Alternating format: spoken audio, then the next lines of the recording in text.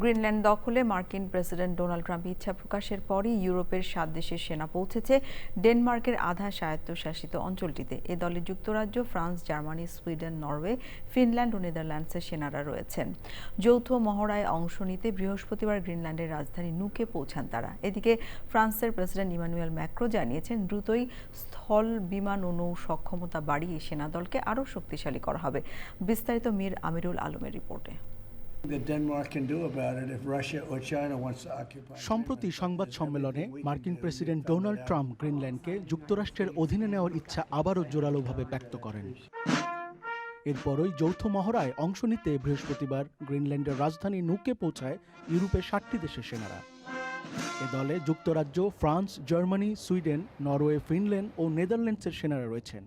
White house জানিয়েছে, ইউরোপীয় সেনা মোতায়েন ট্রাম্পের সিদ্ধান্তে প্রভাব ফেলবে না। ফ্রান্সের শীর্ষ কূটনৈতিক অলিভিয়ে পোয়াব দো আরভোর জানিয়েছেন, এই মোতায়েন একটি শক্ত রাজনৈতিক বার্তা। এর মাধ্যমে যুক্তরাষ্ট্রকে দেখানো হবে যে ন্যাটো গ্রিনল্যান্ডে উপস্থিত। শিগগিরই স্থল, বিমান ও নৌ সক্ষমতা বাড়িয়ে প্রাথমিক এই সেনাদলকে আরও শক্তিশালী করা হবে বলে জানিয়েছেন ফ্রান্সের প্রেসিডেন্ট ইমানুয়েল ম্যাক্রো। ইউরোপীয় মিত্ররা বলছে, চলতি বছরের শেষ দিকে বড় ধরনের মহড়ার প্রস্তুতি নিচ্ছে তারা। এর আগে বুধবার ডেনমার্ক ও গ্রিনল্যান্ডের পররাষ্ট্রমন্ত্রী ওয়াশিংটনে মার্কিন ভাইস প্রেসিডেন্ট জেডি ভ্যান্সের সঙ্গে বৈঠক করেন।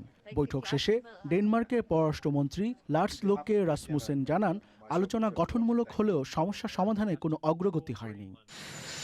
বেশ কিছুদিন ধরেই ট্রাম্প বলে আসছেন, কৌশলগতভাবে গুরুত্বপূর্ণ ও খনিজ সম্পদে সমৃদ্ধ গ্রিনল্যান্ড যুক্তরাষ্ট্রের নিরাপত্তার জন্য খুবই জরুরি। তবে গ্রিনল্যান্ডের প্রধানমন্ত্রী জেন্স ফ্রেডরিক নিলসেন জানিয়ে দিয়েছেন, গ্রিনল্যান্ড ডেনমার্কের সঙ্গেই থাকতে চায়, যুক্তরাষ্ট্রের অংশ হতে চায় না। মীর আমিরুল আলম, চ্যানেল আই।